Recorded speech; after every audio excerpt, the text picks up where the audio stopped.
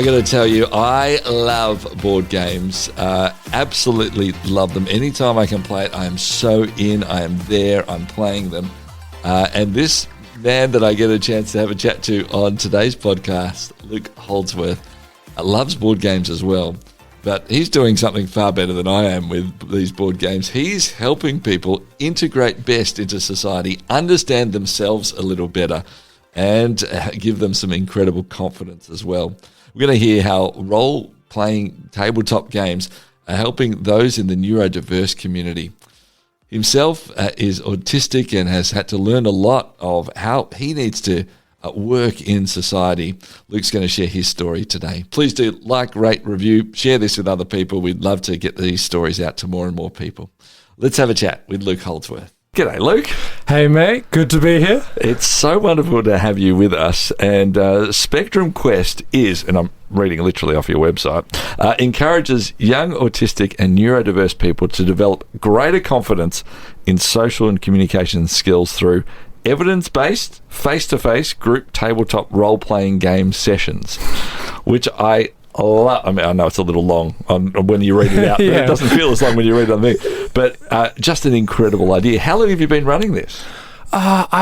I got the first group a year and a half ago. That obviously I was working a little bit longer to try and get this going and figure out how to do all this business stuff. I love it. I love it. All right, well, we want to come back and talk a bit more about this and its development and how you actually got to it. But can we talk a little bit about you first? Yeah. Your understanding and your perspective as you've grown up as well. And I suppose, where do you fit around the neurodiversity? Yeah, absolutely. So I am autistic, or ADHD, which stands for Attention Deficient Hyperactivity Disorder. Basically, I struggle to pay attention, but get very excited about things, you might say. And that led to me...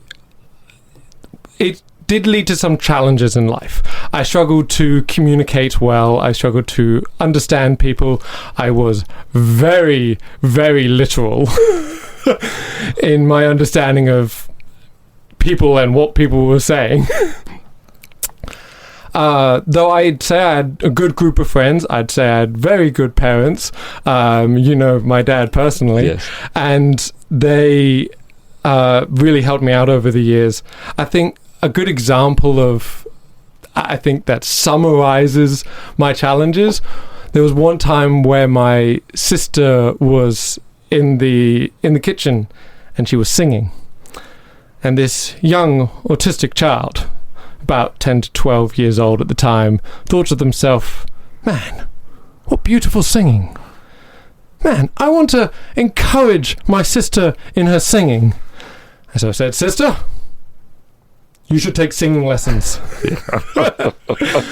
Which is not coming across exactly the way I intended. What I probably meant to say was, hey, your singing is so good, it's so wonderful, you should take it further and get singing lessons to refine it. So, suffice to say, since then, and through a lot of personal development, deliberate work trying to understand people better and grow and getting mentors and a whole heap of things I could talk about, I'd like to say I'm a little better at social skills now that I'm sitting here.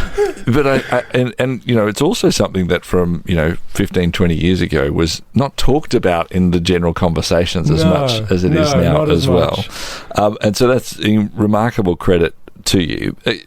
Let's just, if we can sit around here a little bit more too.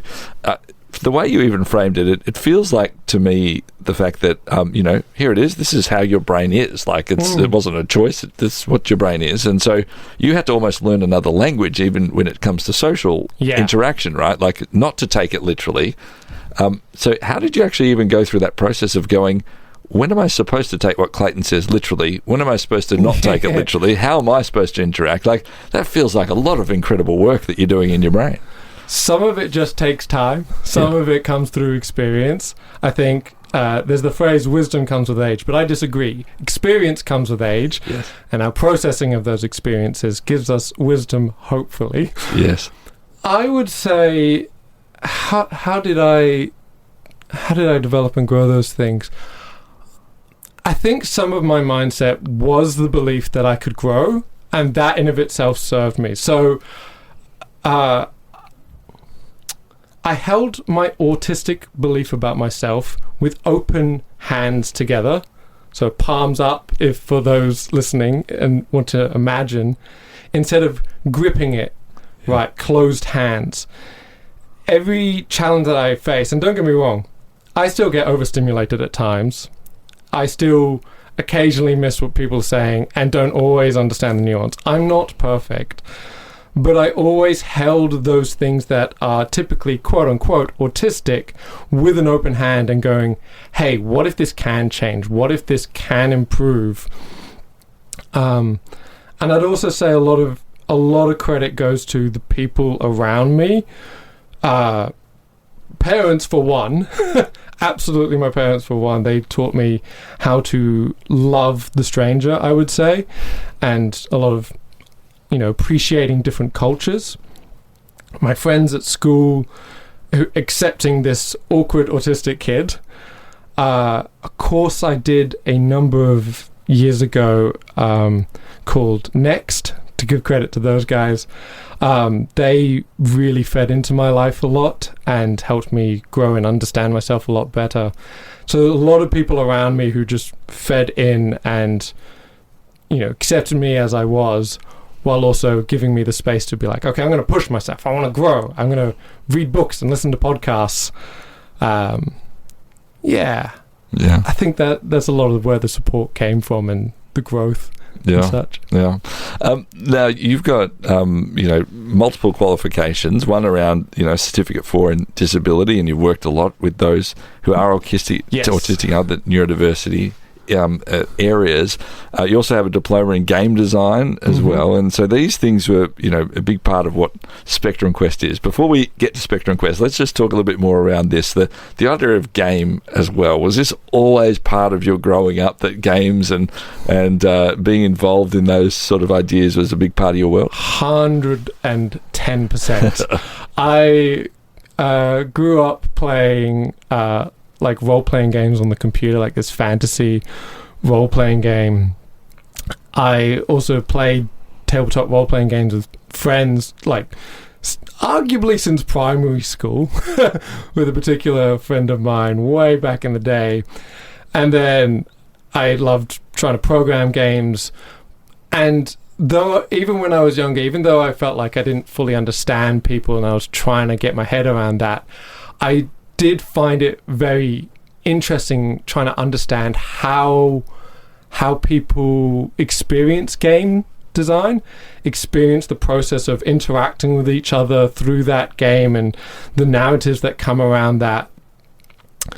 And so when I finished school, like, there was no other choice but that game design. I was absolutely going down that road, and I definitely say I haven't stopped since then, just continuing to be looking into a little psychology around game design and how people interact, how do you design them well, how do you program them. I've never really stopped. Nice. But I'd say the other aspect of that is also love of storytelling, love of creating worlds, being in a different place.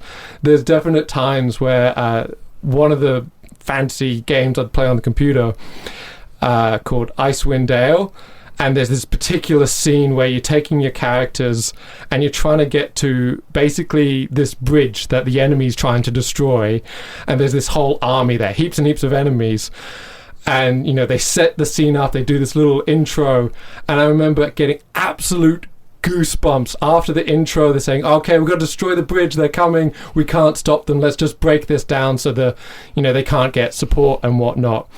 And then the music kicks in. I'm just like, just absolute chills down my spine. And so every time I've been able to, I feel like I've always been trying to create those kind of moments again and again in the stories that I get to tell through role-playing games or get to experience as a player. I'll share one other story which I think illustrates it really well for me. I was a player in a tabletop role-playing game, which I realise we haven't actually explained exactly what it is. So that's a good point. Let's do that. That's let's explain that. So a tabletop role-playing game involves several people sitting around a table, hence tabletop. Who would have thought? And you've got most of the players will create a character. So one might be a wizard, one might be a fighter, one might be a sneaky rogue or a man of God, a cleric, right? And they're all going to enter a fictional world and go on an adventure, go on this story. And one player is the GM, which means the game master. And some people say dungeon master, but it's the same idea. And they control this fictional world. So this world might be, if you think of Lord of the Rings, I know a lot of people have seen that, so it's probably a good point of reference. You have the adventuring party, bunch of people together who are going on an adventure, in this case to destroy the One Ring. But the GM is the one creating the world. You might say that's Tolkien, who wrote Lord of the Rings. And so if the players go and meet a guard, the GM will be controlling that guard, talking as the guard, and the players, what the players want to do is get past the guard, right? But the guard isn't letting them. And so the players might say, okay, well, what do we do? What do we try here? Well, we could try talking nicely to the guard and just be like, hey, can you let us by? We've got something really important to do. And the game mechanics support that role play. How? Well, the GM might say, that's a good argument, but the guard might be convinced, he might not. This could succeed, this could fail. So we roll usually dice or have some random chance. And if you're really good at persuading people, because your character sheet says so, you might get a little bonus to that. So you're more likely to succeed. But maybe you fail. Maybe it doesn't work. Maybe the guard says, no, I can't just let you go by just because you say so. So the players might have to try something else. They might say, well, let's try bribing the guard. Let's do something a little bit below the board, so to speak. And they might, again, roll some dice, depending on what they say, what they do, and maybe they succeed. And through this back and forth, the story unfolds naturally. We get this big, long journey until the story reaches its natural conclusion. That's great. Everyone working together towards that. So... yeah. Oh, yeah, I was going to share a story. Yeah, go. Look, thank you. That's really helpful, though, right, for people to know. And some might know thoroughly what that is. Yeah. Others might hear it and go, oh, wow, that sounds fantastic. And thanks for that. Some might go, oh, that's not for me. But at least they know that's what it is, right? At least they know what we're talking about here and what it roughly looks like in a very condensed manner. So I was in one of these games as a player. So I had my own character sheet and had an objective I was working on. In this case, I wanted to find my son, and so I didn't know where they were in this fictional world that the GM was running, and I was running around with the other players at the table and deciding what we want to do, where we want to go. And so one of the things we decided to do was talk to this particular High Lord who may have been able to help us and have some information on where my son in this game was. And so we went to talk with him, and I had to interact with him. And I remember, I knew it was fictional. I knew it wasn't real. I'm with a bunch of friends sitting around a table, and I'm sitting there, and my hands are shaking as we're going to talk with this High Lord. I can't even remember this character's name that my friend was playing, and I'm just like, I'm so nervous. Like, what do I say? So much so that the following week, he comes to me afterwards, was like, hey, can you just help me understand, like, what made you say, like, what was going on here? But I remember as well loving it. Even though it's like I'm going through anxiety, I'm absolutely loving the experience because I feel there and I have to just stay calm. Like, how do I deal with this situation? How do I persuade this guy to help me out here who really didn't want to?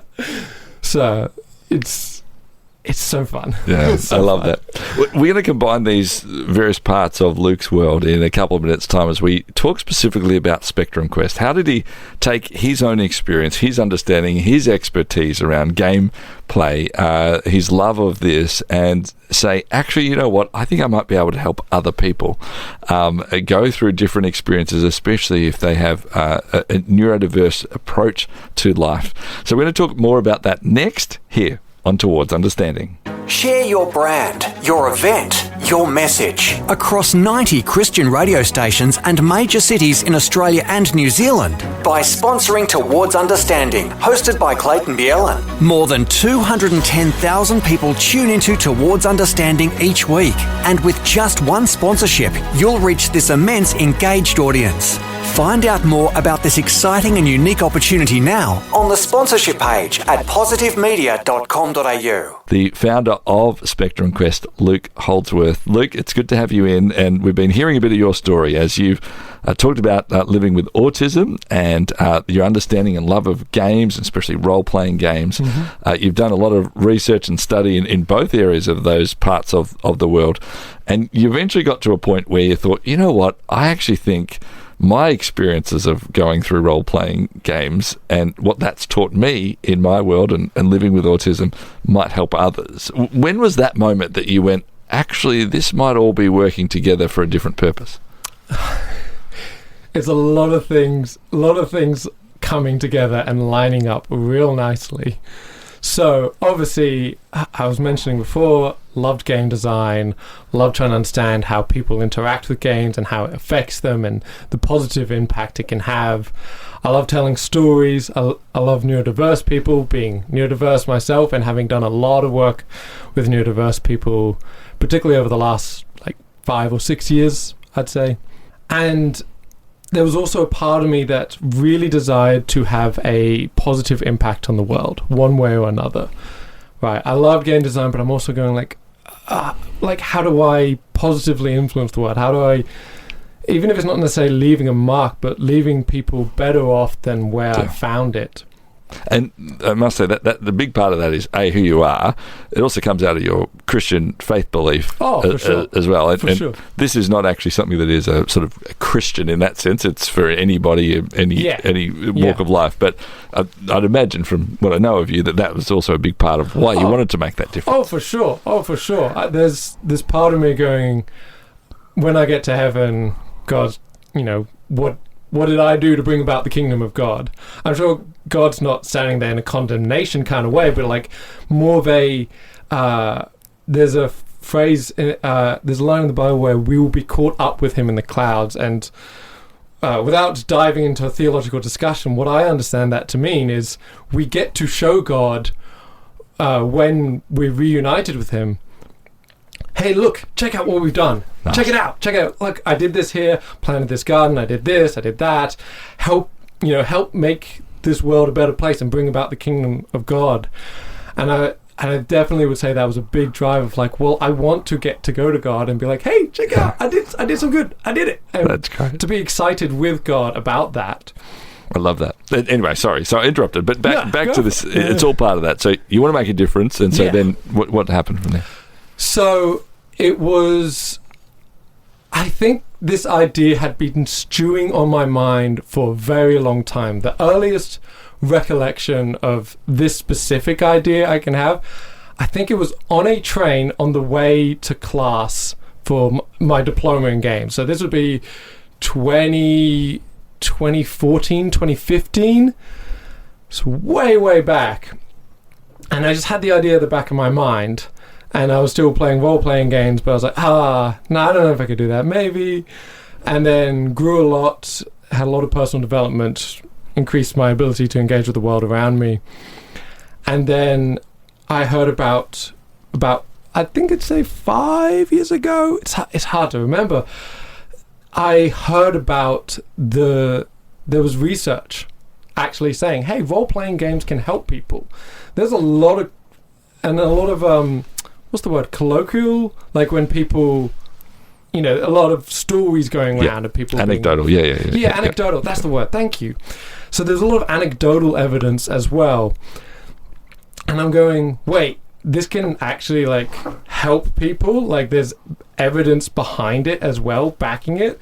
And I get to run games, do game design, I get to tell stories with people, I get to help people grow and leave the world a better place. Because let's be real, a lot of problems we have in the world, I think, come from how we interact with each other. I remember hearing, this was a wild one to me when I first heard it, climate change is a spiritual problem. what? Like, excuse me? Like, I'm listening to this scientist. I wish I could remember their name. Going, yeah, climate change is a spiritual problem. Like, oh, you either onto something or you need to see a therapist, right? there's two ends of the spectrum here. And they went on to explain a lot of the issues we have around climate change. It's not technical. We have a lot of the solutions around that. It's more a spiritual problem. It's how people treat each other, those in power, be considerate of others. And I'm going, and I think the same way about many, many other industries we have in our life. So these people I serve at Spectrum Quest, wherever they go, if they're a little bit better empathizing with those around them and having a bit of curiosity, that's going to do a lot of good in the world. I think that's going to take things a lot further than I could, in so many ways. Very wide impact, I think. So you eventually get to this point and you're like, right, I'm going to start Spectrum Quest. I'm going to start these role-playing games. How often are you running them, and how quickly did people start seeing, man, there is a lot of benefit here? So I think people saw the benefit almost straight away, because there's already like a lot of interest I found in running things like Dungeons and Dragons, which is the most popular type of tabletop role-playing game, and a lot of communities, neurodiverse people serving neurodiverse people, trying to start those things up, which I think is fantastic. Really good to see. For me, though, I saw this and I'm like, this is great, but I want to focus in on what are the elements that help with the social skills, that help with the growth. And so I just started it up. I just basically tried to figure out, okay, what do I name this thing? What do I call it? And brainstormed heaps of ideas, came up with Spectrum Quest. So for those that aren't necessarily making the link, those with autism, these days it's usually referred to as the autism spectrum. So those in the neurodiverse community will be like, yeah, we get it.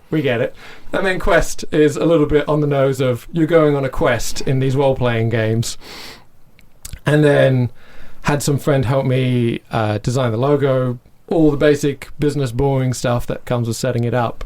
But what I love is I got the website set up and I'm trying to figure out how do I, get the word known and get the first group going.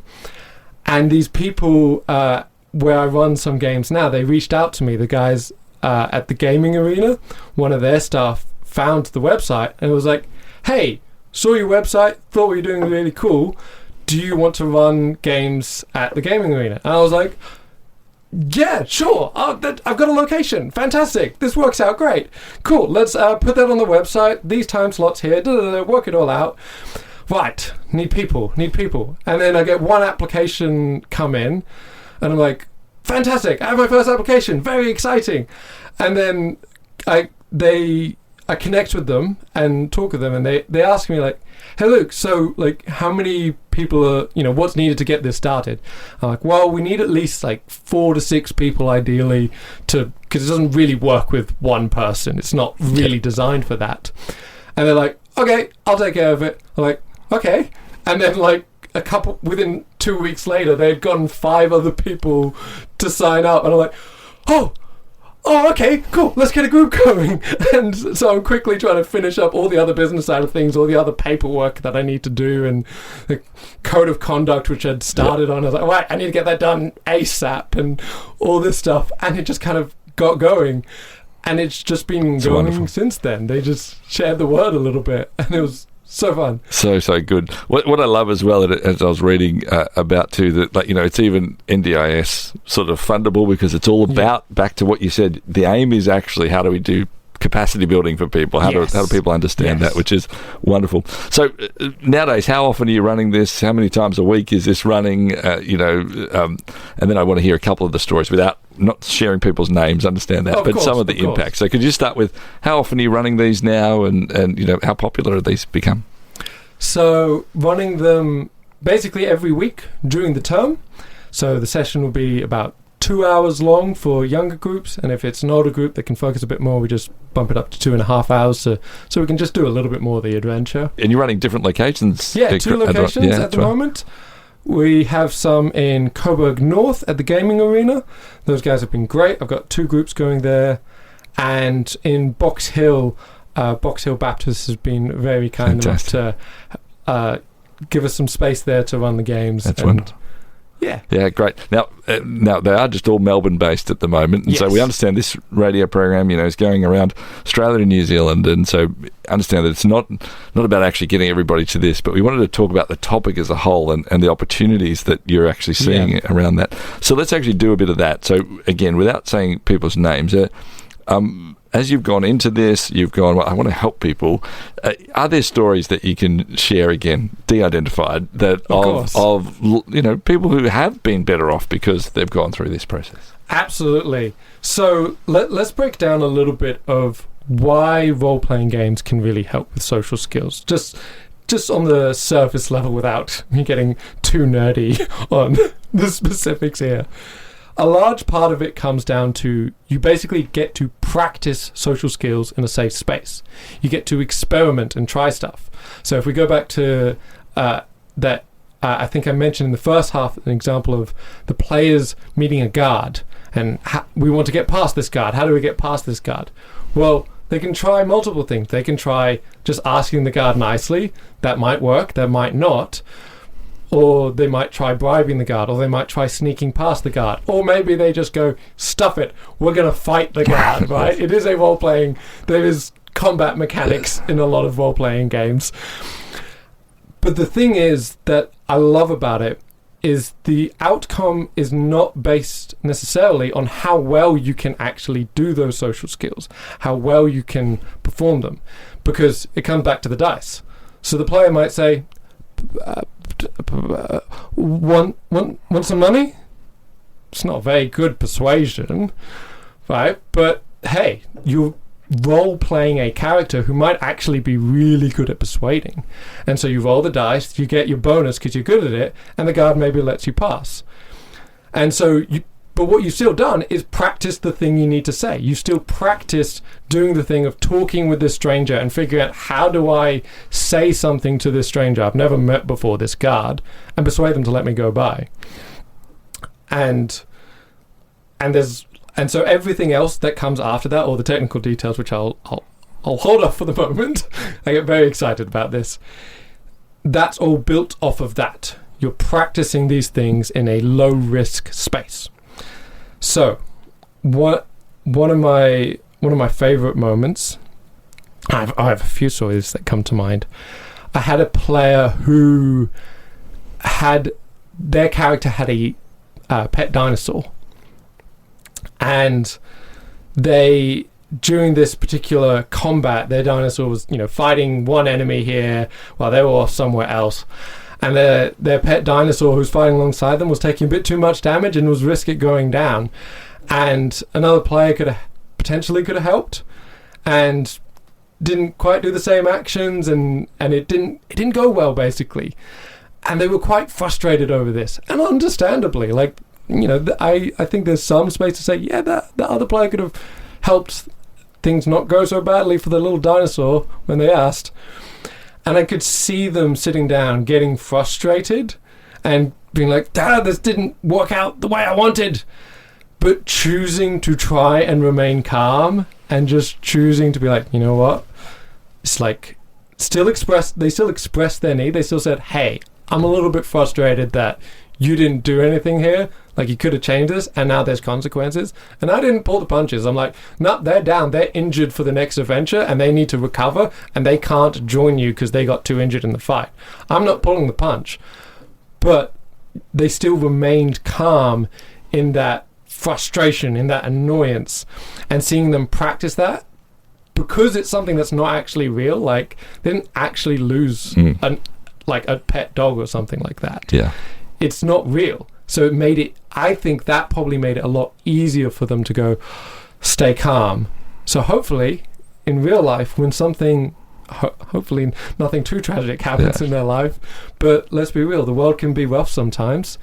hopefully they're a little bit more capable now of just staying calm. And I think they did such a good job. Yeah, that's great. And that's what you're seeing time and time again on the little scale, and then you're seeing that on the big scales as well.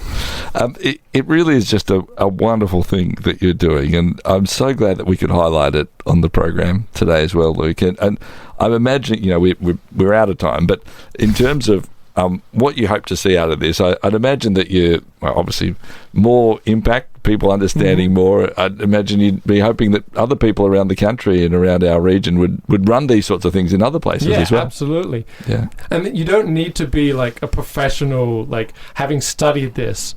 Even just running a game with a bunch of friends, just grabbing a role-playing game, there's lots out there, and just running it with some friends or running it with people who are like, I'm a little bit uncertain, but this I could do. This is fun. This is a bit more structured.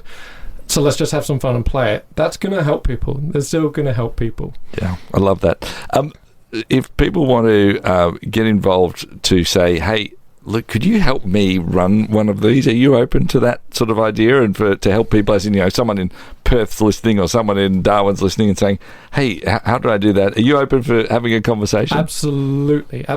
I'm definitely starting to reach the point now where I cannot be in two places at once. I love that. While I control a fictional world, I am not God.